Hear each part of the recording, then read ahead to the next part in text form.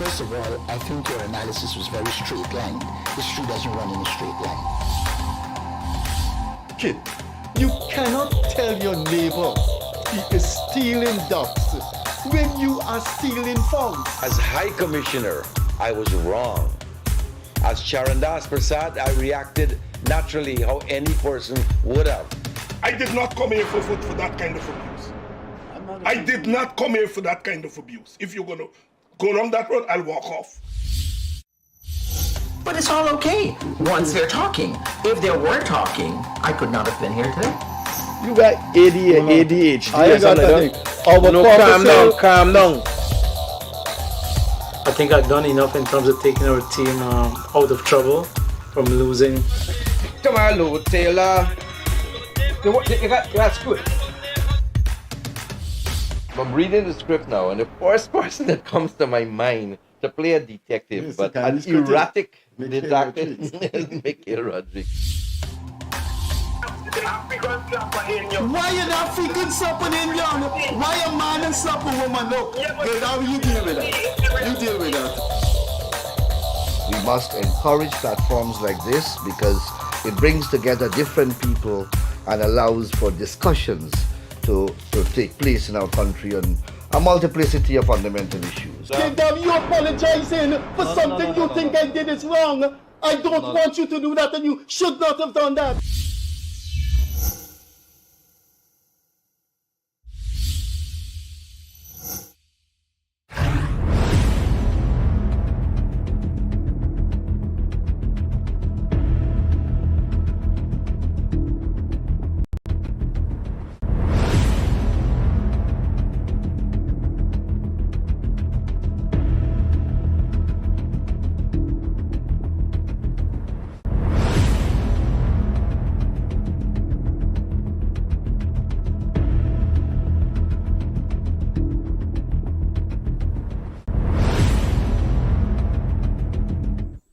Hello there, welcome to the Gildarie Freddie Kissoon Show. We're going to have a compact 1 hour, so there will be no time for introductory remarks or any other reflections. I start by saying tonight we begin our program with, I have to use the right word, but I could only use a word that applies to me since I am doing the talking. And so I will choose the word sad. There is a sad announcement this evening, but it's also an announcement about the reality of life. There are realities of life that is inescapable. There's no longer a Sachin Tendulkar playing cricket. There's no longer a Usain Bolt running on the tracks. There's no longer a Chris Gayle that lights up cricket grounds around the world. What is the point? The point is we come, we achieve, we give, and then we take some time for ourselves. The sad announcement is that, just a minute, sorry about that interruption. Yes, we come here, we contribute, we give, we make people's lives happy, and then we take time for ourselves. I'd like to announce this evening that on Sunday evening at the Theatre Guild, with the production of The Last of the Red Men, starring Guyanese icon Ron Robinson, that will be his swan song. The curtain will come down on over 50 years of contribution to the arts, the theatre, by Ron Robinson. He will retire from theatre after Sunday. That for me is a sad announcement. That's because I was a little boy growing up in Wortmanville, and my father preparing to go to work, and I would hear Ron Robinson on the radio playing songs that I have lived with and my siblings have lived with. The Shadows, the Italian saxophonist Fausto Papetti, and there are songs that I remember listening to Ron Robinson, one of which I really do like, and I know it from Ron Robinson.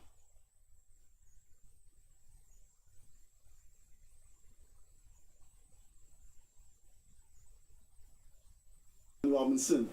In the studio with me this evening is the assistant director and the producer of the play that was on at the Culture Center and will be on tomorrow and Sunday at the Theatre Guild. Gem-Madho-Nascimento, another huge name in the theatre in Guyana. And next to run is a young man with a big future in acting in Guyana. He was here before, and there's no question we have talent in this country. Mark Luke Edwards.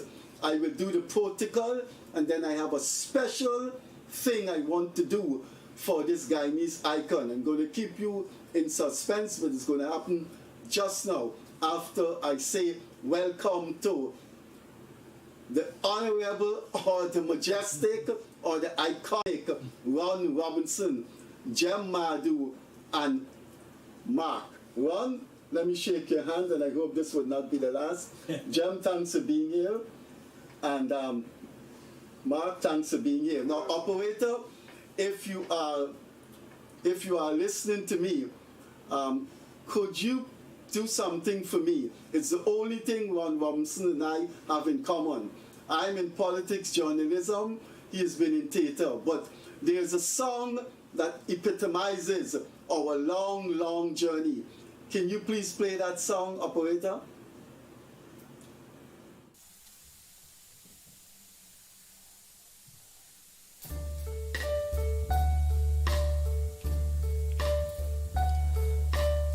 Now the end is near, and so I face the final curtain. My friend, I'll say it clear, I'll state my case, of which I'm certain. I've lived the life that's full, I've traveled each and every highway. Much more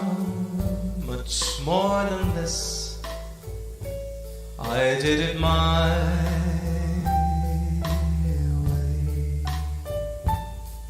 Regrets, I had a few, but then again,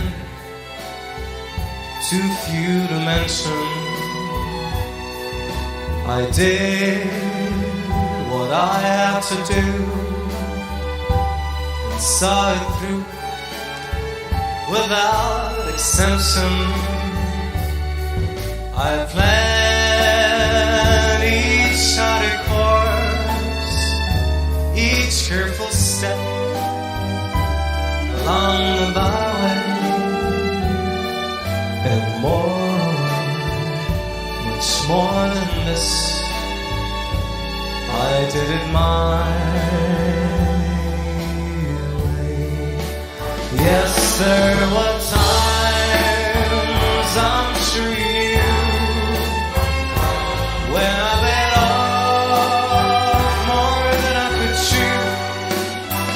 But through it all, when there was doubt, I ate it up and spit it out. I faced it all and I stood tall and did it my way. I've loved, I've laughed and cried, I had my fill, share of losing, and now when tears subside, I find it all so amusing to think I did all that, and may I say, not in a shy way, much more than this. Yes, it was my way. For what What's a man, what has he got? If not himself, then he has not to say the things he truly feels. They're not the word, no, that he needs. This treasure shows I took the blows and did it my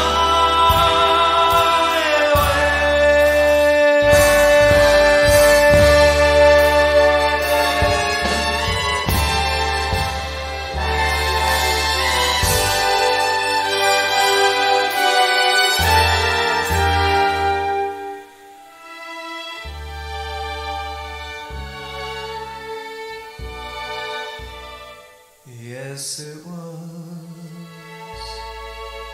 my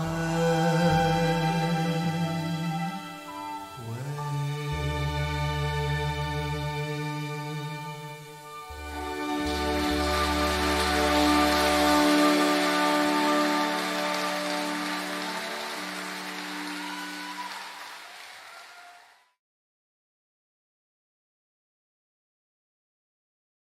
To you, Ron.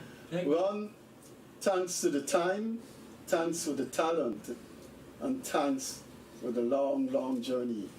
My respect. Thank you, Freddie. The floor is now open to you, this young actor, and this fantastic woman who have given so much to Guyana theatre. I think we are all stunned right now. We are a little bit mentally demobilized.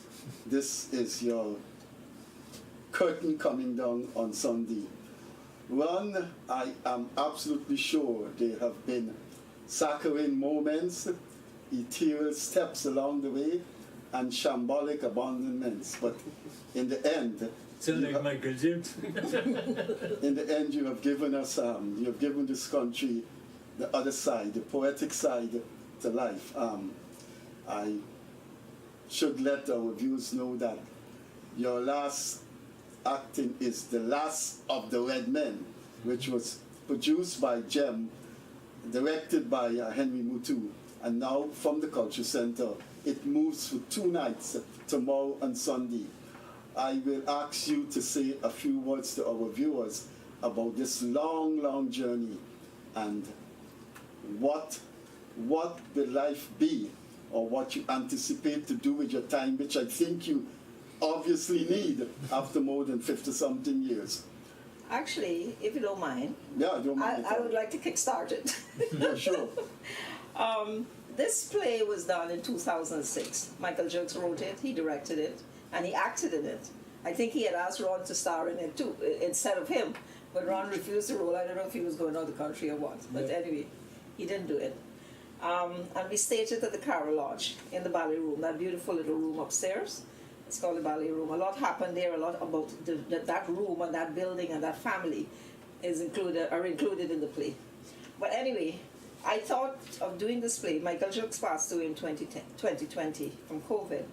And I thought it was a fantastic play to do back in Guyana, restage it. And then I thought, okay, who can play the role?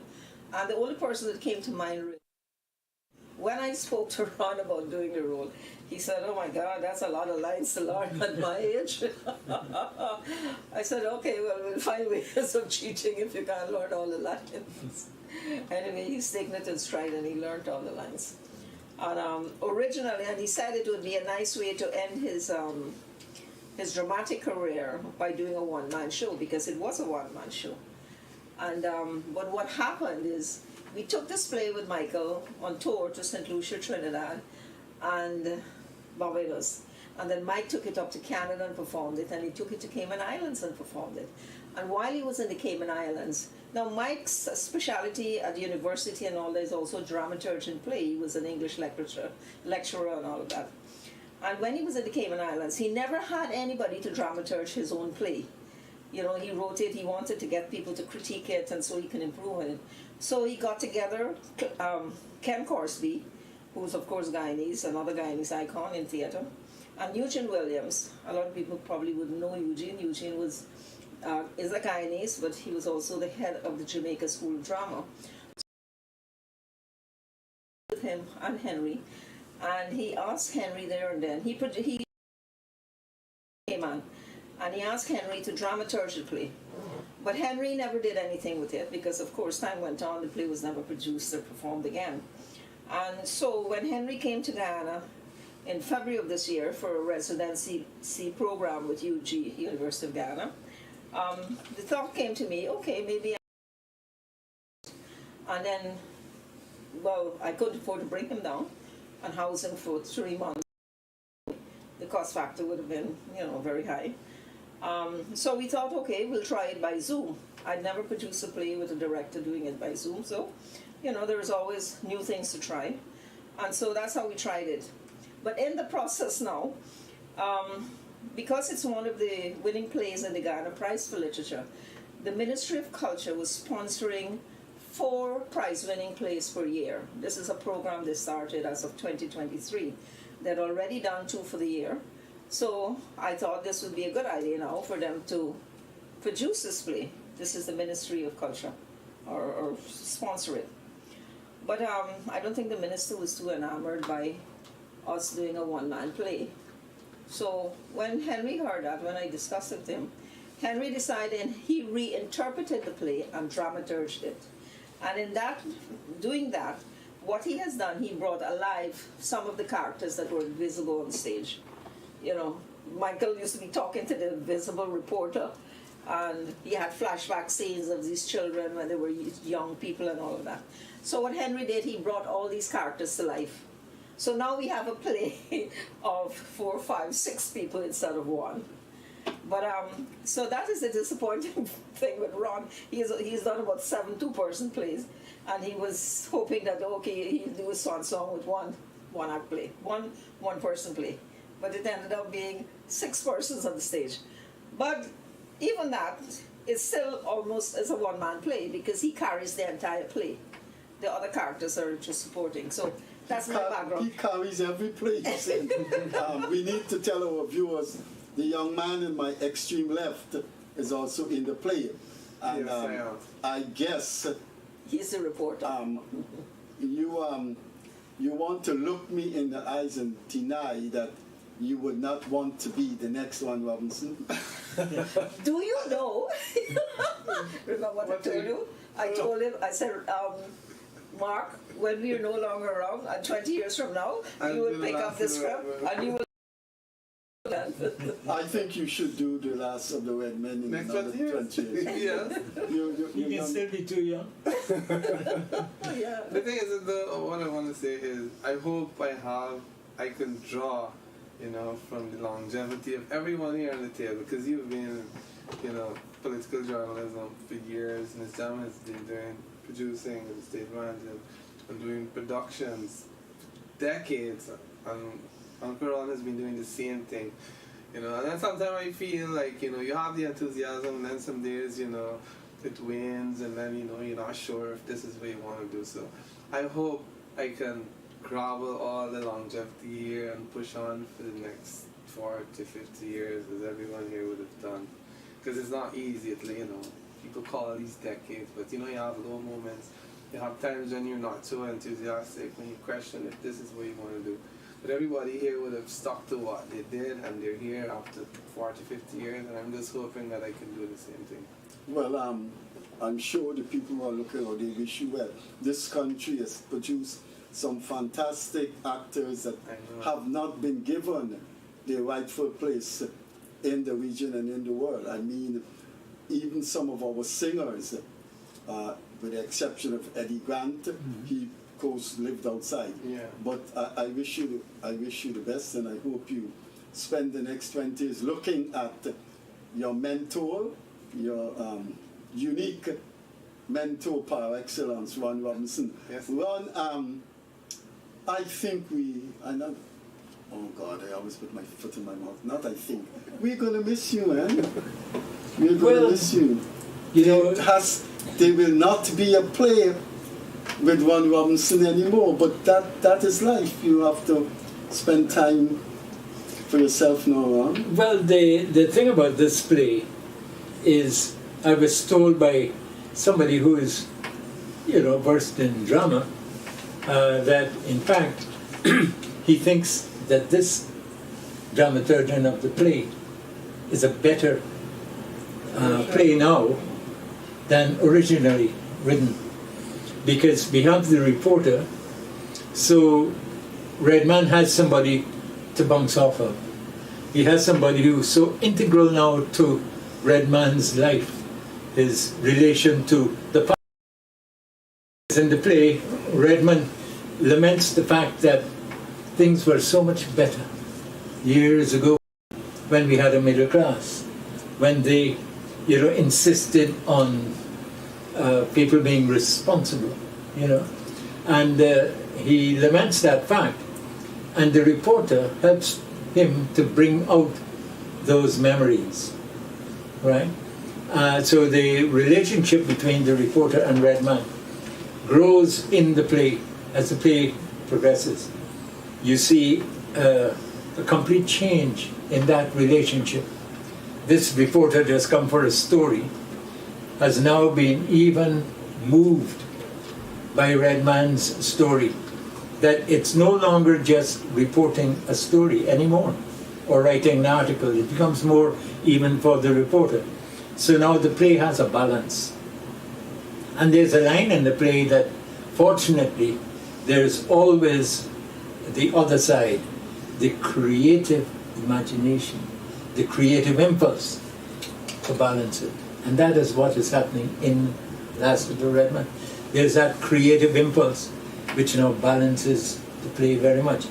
So, there's so many things about the play now that, and Mark has given me a lot, I must say. This young man who has 40, 50 years to go, he has started on a very strong footing, and he is, he's giving me, I think, even more than he knows he's giving me. And I trust that as a result he is also learning from the experience. And, it has made the play. But to get back to my last play, the Swan Song, I have been told on quite a few occasions, friends have said, look, this is going to be my last. I said, you ain't going nowhere. You got to. I said, well, I can't promise it's going to be another kind of Last of the Redman type of play. My brain can't take it on. My brain is now fully exhausted. And, well, almost. After Sunday, it will. So, but I intend to stay in drama, even if it's directing, which I also love to do, and help to the young people to become the young Mark Lukes, the ones that, have the talent. And there's talent that I have noticed, even in this production, from the children, the 4 children, that I would like to tap and to encourage and to improve and nurture. And I think that as a result of that, we could say, well, as an actor, this is going to be my swan song, but I intend, God willing, to continue directing and passing on and helping the others, the young ones coming up, to get a firm footing from their very formative years, so that they grow into the actors of tomorrow. Well, let me ask you something. Is it possible we're going to see a repetition of the story behind My Way that I played at the beginning? The story behind My Way is that Frank Sinatra was retiring and Paul Anka bought the copyright for that song. I mean, he's generally regarded as the composer. He wasn't. It was done in a foreign language, and he bought the copyright for Frank Sinatra on his retirement. And you know what happened? Frank Sinatra sang the song for his retirement, but couldn't retire. You think we're going to have that? It's possible. So I am going to be embarrassed playing my way here. So you think you're going to do a Frank Sinatra on us? I'm not too sure. And I hope not. because not long after My Way, he died. But no, don't do a repetition of it. No, man, he died years after. He died years after My Way. Yes, He died years after. So let's entertain that. No, let's entertain. But if he's going to do a Frank Sinatra, then he's going to live long, because Sinatra died a long time after. Gem-Madho, The Last of the Red Men. What's your feeling about the play? What is its message? What are its high points that we who are in literature, are in poetry, are in the arts should see it as a unique Guyanese play? Well, the writing itself is beautiful, really beautiful writing. You know, Michael Jukes was a poet. He wrote books of poetry, and that has come across a lot into the book. A lot of historical information. And in fact, one of the things I've been trying to do is trying to get the school children, the children who are doing CXE and doing theatre arts in the school, the fifth formers, I've been trying to get them to come out to experience the play, because it's different. The set design is completely different to what they've seen. The directing is different, the acting, you know what I mean, is of a very high level. And I feel those children should be educated in a different genre of theatre. And in fact, when we ran it at the Culture Center, there was a 2:00 show that I did, and I worked through the Ministry of Education to get the senior students who were doing theatre arts and teachers from the training college, then students from the National School of Drama to attend it. And those were free shows for them. They came at no cost. And what I've done for the one at the Theatre Guild now, in fact for the last 2 days I've been working on that, is some of the schools were left out. And some of those children, I really want them to come and experience this play. Some of it will go over their heads and they probably wouldn't understand it. But we will do a question and answer at the end of it, so we can get a feel from them, you know, what they didn't understand or what they observed and all of that. And so for the last 2 days I've been working with some sponsors to sponsor the tickets to get them to the show. So I'm expecting another 100 children between the Saturday and Sunday show. It was very time consuming, but I'm happy to say that I was able to get sponsors for the tickets, and so we'll see the children with some teachers coming to see it. But the message is very good. It's you know, it appeals to a lot of persons who are over 40 would relate to the play. Some of the characters it has brought out of yesteryears. Some of them will sit down and say, yeah, I remember that person, I remember this one, I remember that one, you know. And so it's a play, I think, for all classes of people, even though the whole thing about the middle class it's centered around the middle class. The family, the Tate family, who lived at where Carol lodges, that was their home. That was a home that entertained all kinds of artists, from singers, musicians, artists, actors, dancers. The Tate family themselves, they had a psychiatrist, the son who was a psychiatrist, but he was also a director at the Theatre Guild. Claremont Tate was an actor, and the sister Helen Tate was a choreographer. The mother was part of the Philharmonic Orchestra. The Georgetown Philharmonic Orchestra was formed by her. And so they opened their homes to all these artists, and they would come, and if they didn't have money to pay boarding or anything, they would stay at the home, and then they would leave their art, pieces of their art, to the family. So that family had a huge collection of artwork. I remember many years ago, before Philip Moore died, and the Tates were not there anymore, and they had started this foundation to run the property. I went there once and I saw Philip Moore there. And Philip Moore, he had a little couch, and I chatted with him. And he obviously was there for a while, because Jocelyn Dow at the time was looking after the property. So the tradition, even though the Tate family left, the tradition carried on. You'll hear a lot of history about Guyana too, you know, the great fires of Guyana. Some political issues were, you know, involved in it too. Edward VIII came to Guyana. Yeah, you remember the story of Edward VIII? Edward VIII came to Guyana, and I'll tell you this. When he came to Guyana, the ballet room of the Cara Lodge. That's where they used to have all the parties and all the social functions and all of that. And of course, they would invite the high society girls there. And he left all of them and went across the room and picked up a colored woman in Ghana to dance with. But you know the story about Edward VIII. He abdicated the throne now and then married this three time divorcee or something like that. So that was the news in the papers, and from then on. I wonder if people know if what you're talking about he was here. A lot of people don't know that. They don't. So, you know, when you come to see the play, you learn all of this. And then we have video clips, we have slide. So, you know, we bring it to life then. And he planted a sapodilla tree right in the middle of that roundabout when you go into Cara Lodge and you drive out, right in the middle there. There was a sapodilla tree, and I think it came down maybe about 10, 15 years ago it fell, and something else is planted. But anyway, he danced with this colored woman, and her name became Duchess after that.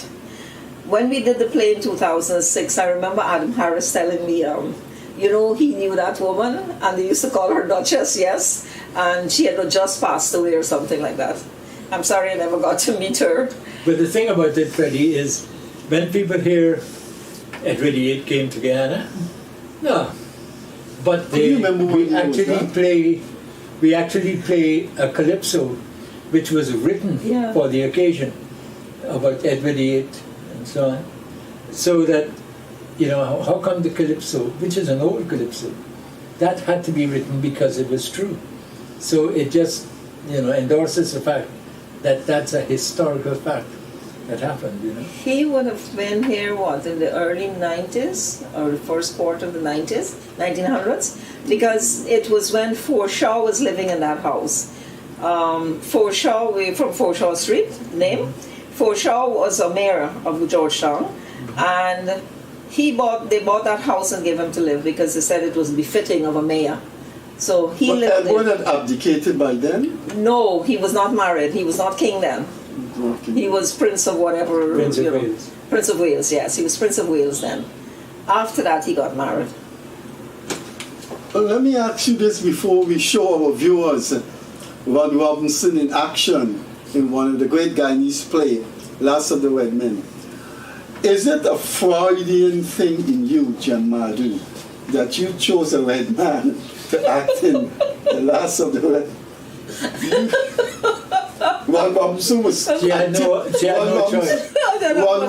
was a typical red man in his young days. Typical guy, what you call the mulatto Creole. Well, I won't go any further with that. I'm afraid to. I know you. Actually, he fits the description very aptly. You see, a red man is supposed to be about 80. He's supposed to be a red man. And, you know, if you can find another 75 to 80-year-old actor in Guyana who's a red man, very good, because we can't. I mean, Michael did the role, but Michael was not a true red man. Right. He had no choice, but he had to do it. Operator, can you hear me?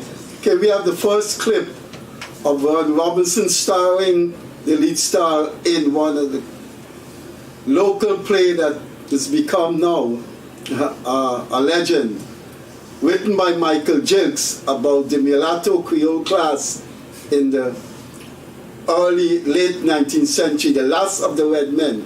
Can we have a clip of Ron in action, please?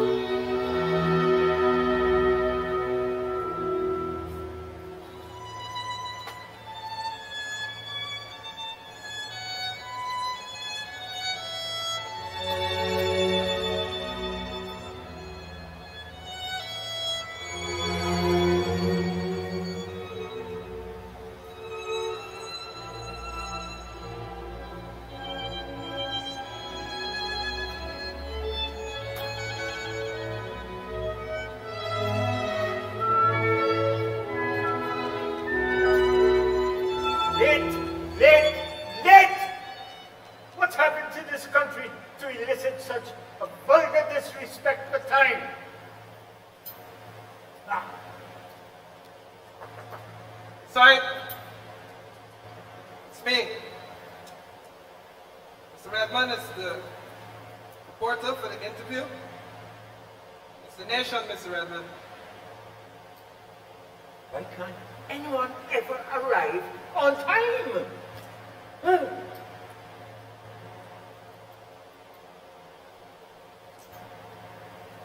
Mr. Redmond? Come in. I'm already in, sir. Young man, this bit of etiquette might have escaped your notice, but you're supposed to wait until I tell you to come in before you come in. Sorry, I called a couple of times and no one answered, so I decided... Never mind, you're late. Sorry. Got caught up in some bad traffic. You know I can be in Cheryl Street sometimes. You should have left earlier. Lumped in and late. That's a sure recipe for disaster. So, you're the unlucky fellow they sent to interview this eccentric, irascible old fart, eh? Yes, sir. Where were you 50 years ago? We had a nation then. Sir, 50 years ago I wasn't even born as yet. Sorry, sir, that's a little joke. Only just very little.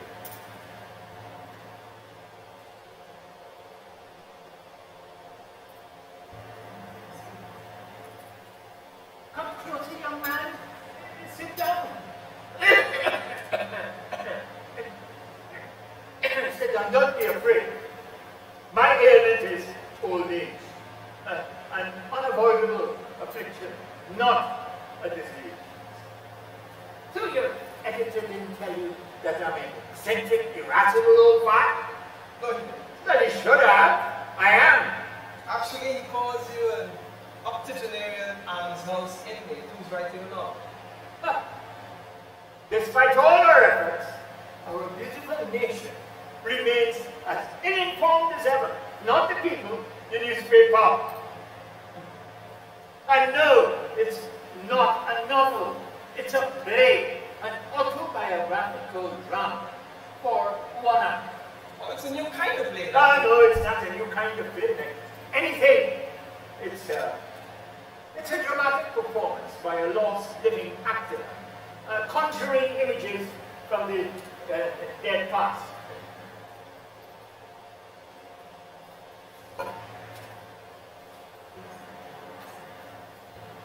And these are the notes I'm writing down. Before my memory becomes as unreliable as my legs. And they spelled octogenarian wrong.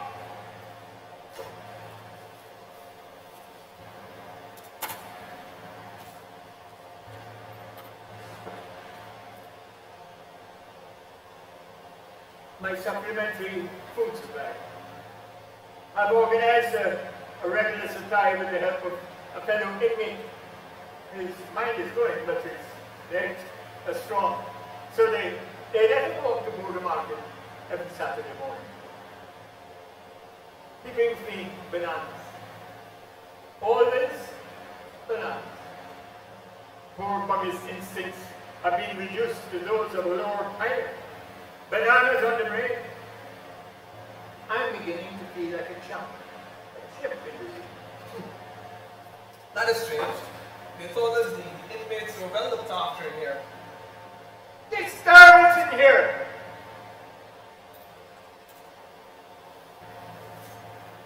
Strict hours for feeding time. There's cornmeal porridge in the morning. There's bread pudding at noon. And there's onion soup at night. Food that looks as if it's already been eaten and regurgitated. No, wait, I forgot. There is tea and soda biscuits at 5. Something to chew on before the soup dinner. I still have most of my own teeth, damn it! I want meat! So, have you got your little notepad? Yes, I do. I also have this to do some recording. I see you're a technologically unchallenged. Yes, sir. Splendid. I think if you're not going to record every word I say. What really important is? Good. Get this. It's my suggestion for the title of your article on the subject of my literary labors. It is Institute for the Incapacitated, or as it is euphemistically called, the Gentleman's Home. Gentleman's Home, it's a male mausoleum. Its counterpart, the Gentlewomen's Home, further up the road, is a female mausoleum. Why this sexual segregation of the elderly and dying? What the hell can we get up to? Osteoporosis makes even an embrace risky. And besides, for us, desire has long outlived performance. But here's my suggestion for your title. Call it Gentlemen's. That's Ron Robinson in The Last of the Red Men. And Mark Matthews. And Mark Luke Edwards as the reporter. Operator, we have a little feedback here. Can you come in the studio, please?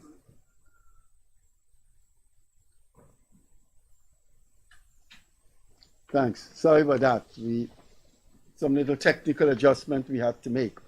We are going to show you a few more clips because what you will be looking at will be the last time in the acting career of Ron Robinson. He did say that he will train young actors, he will continue to direct, but there's also the possibility of him doing a Frank Sinatra on Guyana. We'll have to wait and see. In case you don't know what is a Frank Sinatra in Guyana and you join us late, we played the song My Way because the lyrics are so pungently relevant to the 50 plus years of theater of Ron Robinson. But that song was written for Frank Sinatra for his finale. And then Frank Sinatra decided he wasn't retiring and he went on for years and years and years. I think most people looking at his program will ask Ron Robinson to do a Frank Sinatra. When he does that Frank Sinatra, we'll have him in the studio. Anything else before we go to a very, very interesting clip coming up? I just want to encourage persons to come out, I don't think this is a play where you have to encourage person and feel guilty about it. It's a good play, it's a quality play, and those who would have seen it at its first installment, will echo the same thing or give credence to the fact that it was, well executed. So if you want to see a solid play with a solid script and good acting, good set, good light, good sound, and so on, I encourage you to come out this weekend, tomorrow at 8 and Sunday at 6 o'clock. Ron, you have anything in mind in terms of your direct career? You have anything in mind in another coming months or what you want to direct? I really would like to see you direct. You did direct and star in The Last Game in Town. I'd like to see you do. You did Eugene O'Neill's Long Day's Journey Tonight. Yeah.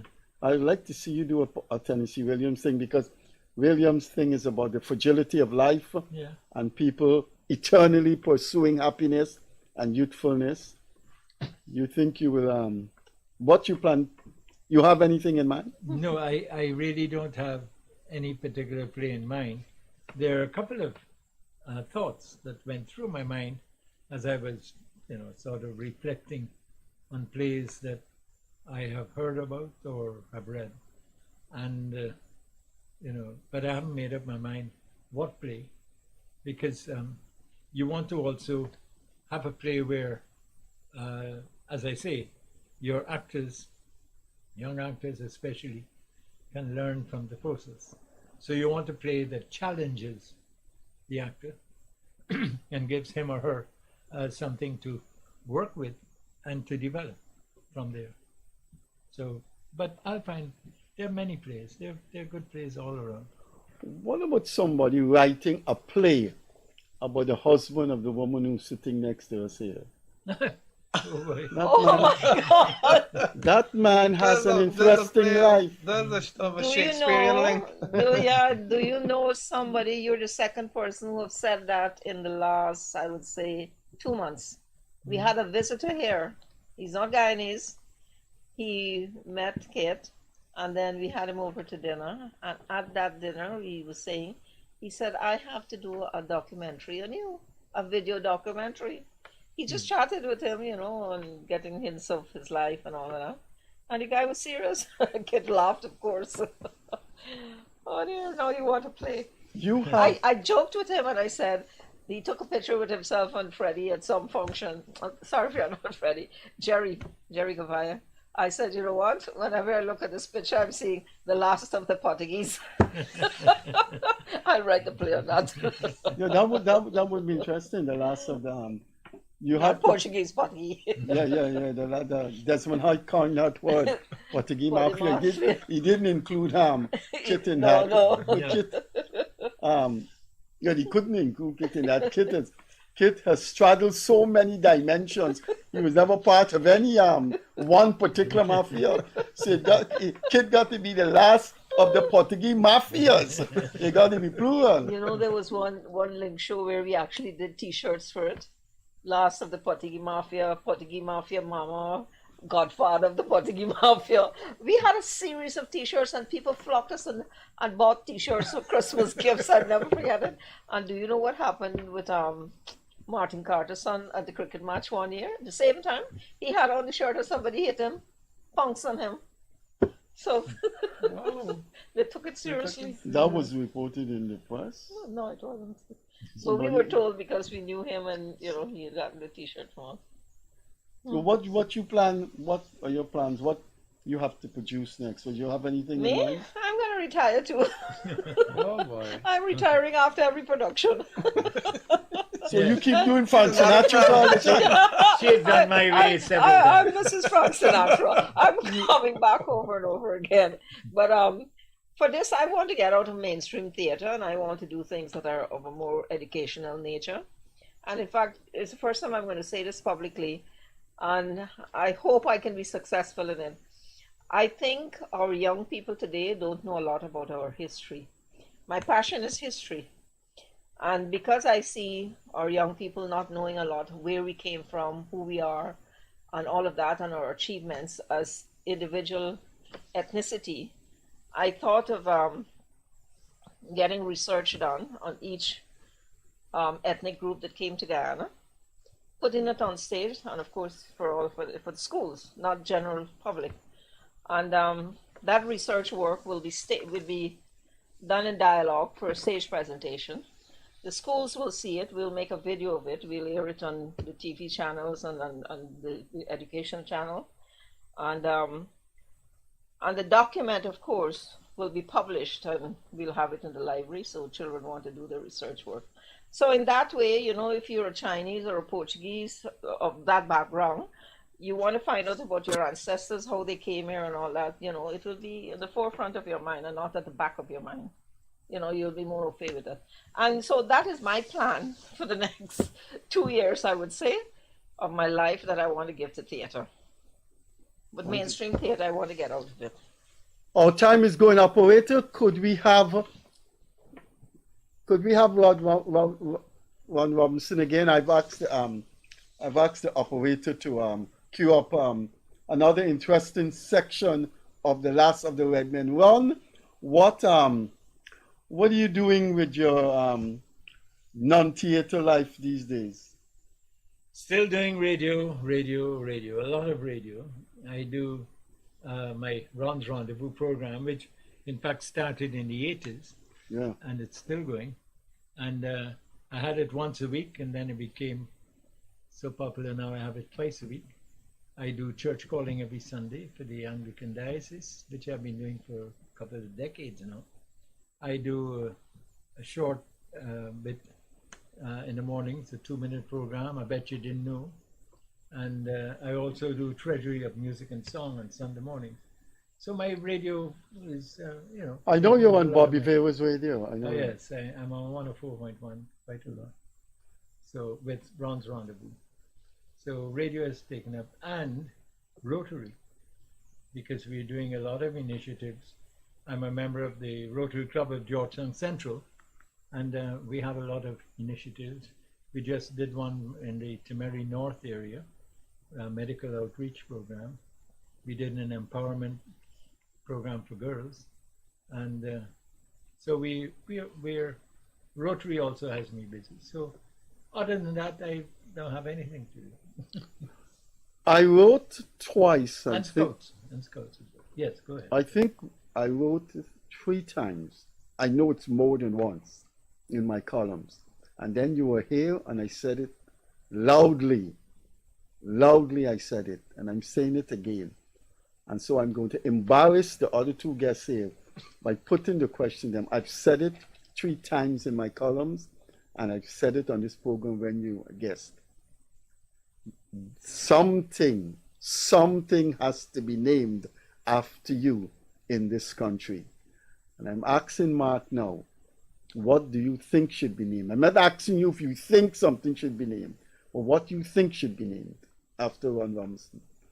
More than 50-something years in the arts and entertainment and theater. I think a street, because the street lives on forever.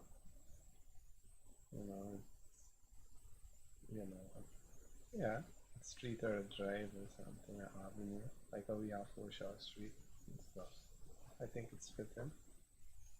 Parade Street goes back to the military parade. Yeah, the military parade. Parade Street, Kingston, Duke Street, Ford Street are all military. All those are all military names. Mrs. Gem-Madho-Nascimento, you've had a long association, professional association with Ron Robinson. What should Guyana name after Ron Robinson? Well, I think something in terms of a building and in relation to theater. There's a culture center, there's a theater guild.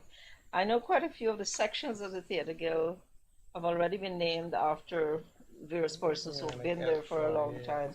But you know what is strange? I would deviate a little bit. Somebody said the other day they should name the theater guild the CCH Pounder Guild. I mean, I laughed. You can seriously dismiss that with extravagant language. Oh my goodness. Anybody, but those people probably don't know much of their country's history. But if the operator is listening to me, are we ready for the second clip? This is a good point to get the clip. To get to the clip.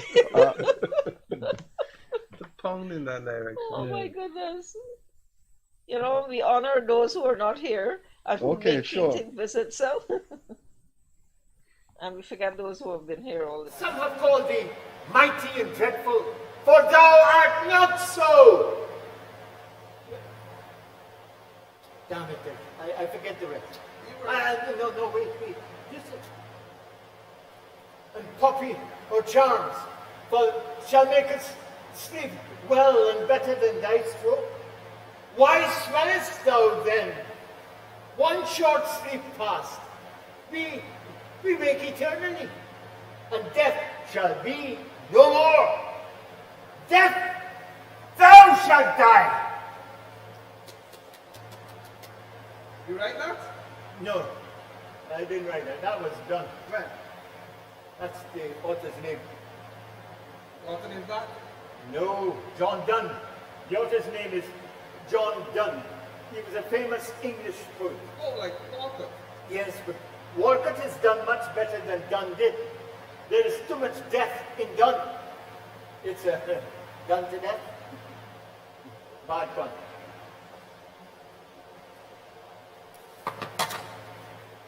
Look at this. Who is this? My father Davis.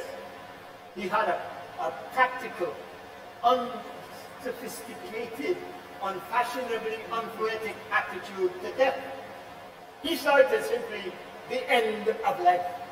He learned early how to look at death with detachment. He performed post-mortems on the victims of crime as well as the criminals. He even had to examine the bodies of hanged criminals. Why was that?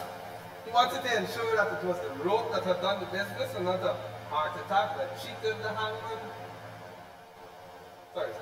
You also had to certify that the prisoner was medically and physically fit enough to be flogged within an inch of his life. This is a record of the violence committed by the criminal as well as by the state. The registry of violence everywhere. Is that done? No, Walker. Not done. Fortunately, there's always something there to remind us. A creative impulse. To balance it. These recordings and old fading photographs remain to remind us of a time when literacy and articulacy, social responsibility and decency hadn't yet become meaningless words. A time when art, music and the creative imagination could open up whole new worlds of experience, of knowledge, of pleasure. Listen to me.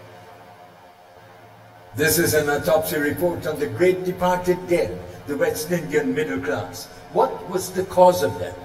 When did they discover that they were a dying species, doomed like the dodo to extinction? They may have been colonials, flightless birds, but the middle classes had some sense of responsibility. They insisted on standards of reliability, of integrity, of excellence. That's how it was. And now, champions, guardians, and teachers of my youth, where are you now? You have left me with a creative mind, locked up in a rusty old trunk, a living corpse. If this were my father's surgical knife, I would dissect my body. I would cut away this sallow, sagging skin and let out all the clotted blood and pus of pride and moral cowardice. Then the hand would go deeper through flesh and cartilage and sinew, deep in this ripped cage.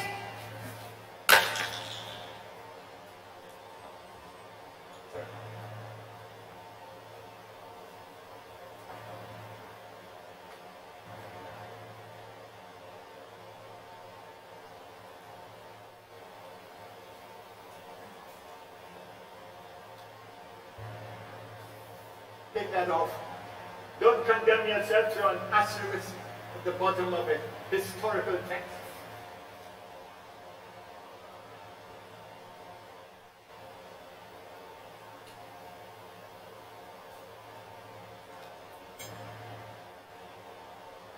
Come, listen. Once upon a time, there was a middle class. Not rich, not poor, not black, not white, not mulatto, not colored, red. We were the responsible in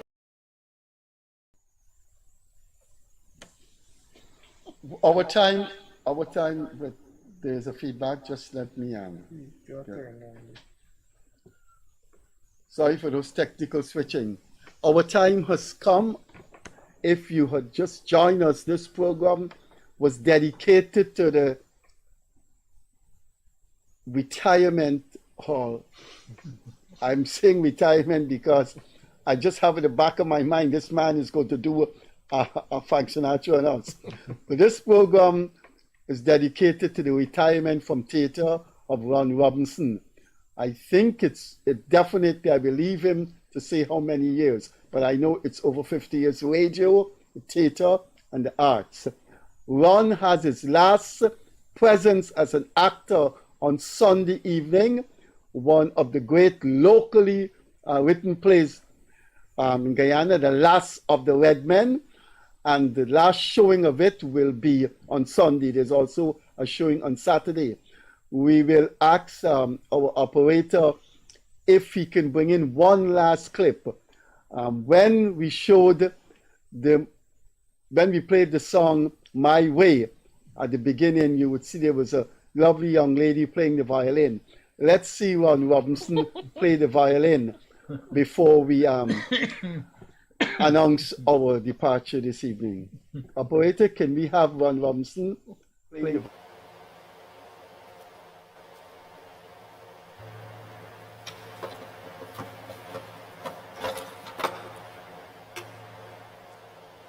I was leader of the first violence, and George Singh was leader of the second violence. And then the MC, the dapper Rafi Khan, in his gentle, smooth, and perfectly cadenced radio voice, announced, Your Excellency, ladies and gentlemen, welcome to the 4th anniversary concert of the Georgetown Philharmonic Orchestra. We begin this evening's entertainment with an extract from This One by Sanson, followed by an excerpt of Wagner.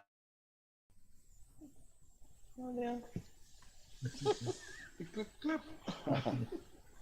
He missed the whole clip. We had some technical problems there, but you have to go and see the show to see him play the violin. Yes. That's a good point. Yeah. Yes. Yeah, that's a good point. You have to go and see the play to see the multi-talented Ron Robinson play Everybody the said, violin. Ron play the violin? Wow, they know he could play the harmonica. Our time has caught up with us. We're 3 minutes beyond our time. Our operator has to go. It's Friday evening. Remember the saying, thank God it's Friday. Yeah. Our guest this evening was the iconic Ron Robinson. This program was devoted to him. He is retiring from acting as Sunday coming, when he will make his last appearance as an actor in the play The Last of the Red Men. The producer of the play is here with us, Gem-Madho-Nascimento, and the actor Mark-Luke Edwards, who act as the reporter speaking to The Last of the Red Men in the play. Sorry we couldn't get you that little piece of clip with Ron and his violin. If Ron does a Frank Sinatra on us and doesn't retire, we will have him back here. Mistress Gem-Madho-Nascimento is married to a man who is enduring longevity. So he probably transferred that longevity to her. So we will have her here in another couple of years. And Mark-Luke Edwards say he would like to travel in the footsteps of Ron Robinson. Please have a pleasant weekend. We will see you on Monday. Thanks for being with us. And I always say to you, bye-bye, catch you later.